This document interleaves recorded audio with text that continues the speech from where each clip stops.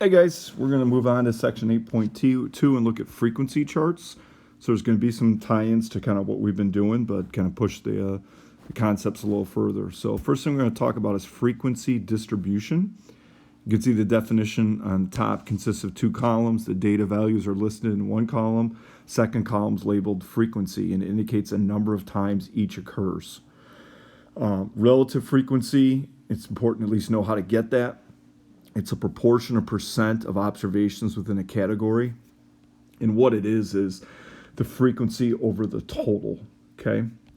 So unfortunately, when we've done this in the past, we went out and bought M&Ms, and you guys had an activity, and you could eat M&Ms. So sorry, this is what happens in COVID. So I just opened the bag up, and you could see the frequency. So first thing you probably should do is go in and just total that up. There's 24 M&Ms. And then we're going to figure out the relative frequency for each one. So again, all you're doing is going 4 divided by 24. I'm going to write it down as a percentage. Okay. 3 out of 24. Darn it. You can make that a 4, which is 12.5%. 7 out of 24, which is 29.2%. I'm sure that's rounded a bit. 3 out of 24, which is 12.5%. 5 out of 24, which is 20.8%. And 2 out of 24, which is 8.3%. So you should be able to figure out relative frequency. You should know what it is. So the frequency over the total, okay? And then we're just going to answer some questions. So why don't you take a second and answer 2 and 3, and take a look at 4 and see if you can figure that out. So I'm going to pause it a second. Please pause yours, and then jump back in and take a look. Hey, welcome back, okay? Hopefully the frequency of the most common color, just what's the largest number? It should have been 7. What's the relative frequency of the least common color in your bag? That should have been the last one, the 2 out of 24, which is 8.3%. It says, according to M&M's, each package of milk chocolate M&M's should contain 24% blue. So we can just compare it. 24%, we had 20.8. 14% brown, we had 16.7. We're down a little bit there. 16% green, 8.3%. We're down there. 20% orange, we were 12.5%. 13.5% red, we were way over on that. We had way more reds. And 14% yellow. And let's compare what that was. 12.5. How did your results compare? Okay. So I would say something like green, orange, red.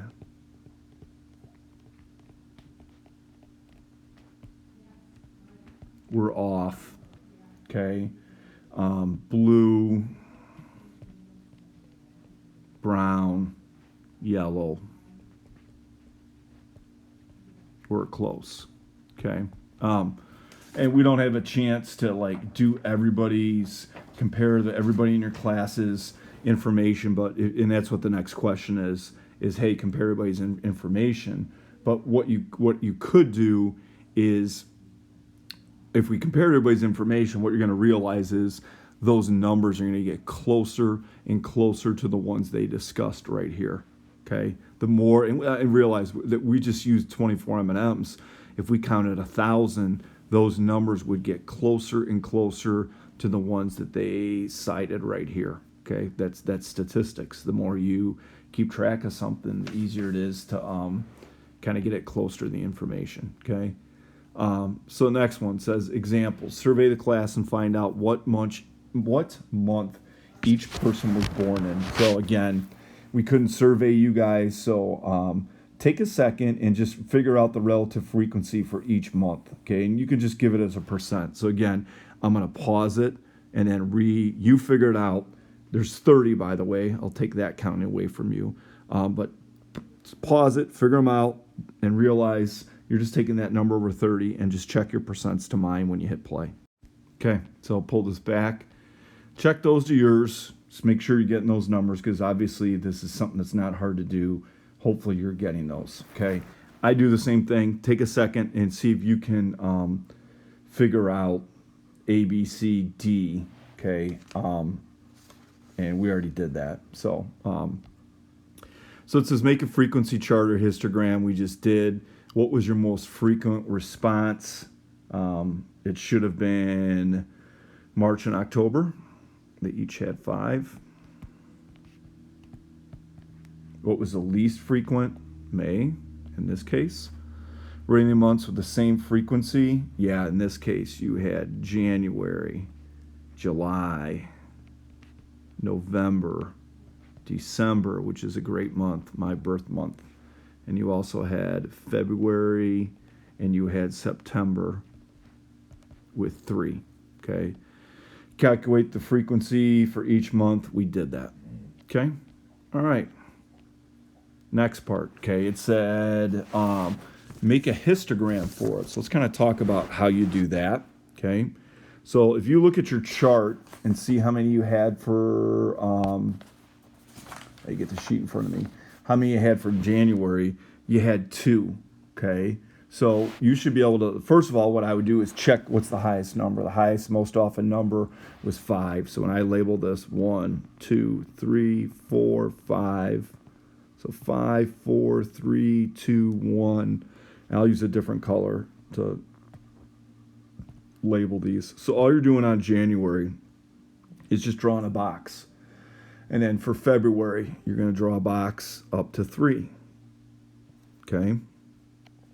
Let's see. For March, it was 5. So it's going to go here. I'm sure yours is better. I'm making this way too thick. I should make this a little bigger. Sorry about that. Okay? April was just 1. May, there was nothing. June was 4. So yours is going to be prettier. I, for the life of me, can't get this straight. June was 4. July was... May was 0. Uh-oh, I'm off. April was 1. Oh, May was 0. Hold on. Embarrassing. But I can maybe get it straight now. It's my chance. Okay. June was 4. What the heck just happened here? June, very hard to draw on this program, so I apologize. I missed the iPad. Okay, July was 2. August is 1. Hopefully you're getting the hang of what a histogram is. September's 3. October's 5. November 2. Hold on, I gotta be able to see it. November is 2 and December is 2. Okay? So that's what a histogram is. Okay? It kind of gives you a visual representation of a frequency chart. Okay? All right. It says use the following frequency chart. I think it's going to ask us some questions. Okay? So it says, and so we're going to look at this chart and answer questions right here. Okay? So what was the frequency of ACT scores of 1 through 4? 1 person. Okay? So you can refer back to your chart as you're kind of looking at this. Okay? So there's 1, 3 was 5 through 8, 9 through 12 was 4. Gosh, I wonder what school this was. 9, 13 through 16s, 22, 17 through 20s, 32, 21 to 24s. Those are decent scores. 21, 25 to 28s, 6, 29 to 32, and 2, 33s to 36s. Relative frequency, you're going to need to add up all those numbers and then divide them. Okay? So I want you to pause a second and do that, and then check it to the percentages I got. Okay, check that table to your table. Let's see what should have added up to. 4, 8, 17, 39, 69, 71, 82, 88, 90. Hopefully that was the number you were told out. It says, what's the most common range? We just look at the one that had the most. So you're just looking right there. Okay? So I know. So a lot of this is just reading charts. And believe it or not, that's a skill you need for the SAT. Okay? How many students got a score lower than 17? Well, how would you figure that out? Well, what's lower than 17? I'm going to draw a line. It's everything here, everything below it. So 4 plus 4 is 8, plus 9 is 17. Okay, so that's frequency tables. Again, this isn't anything crazy. It's actually a good thing we're learning this stuff now.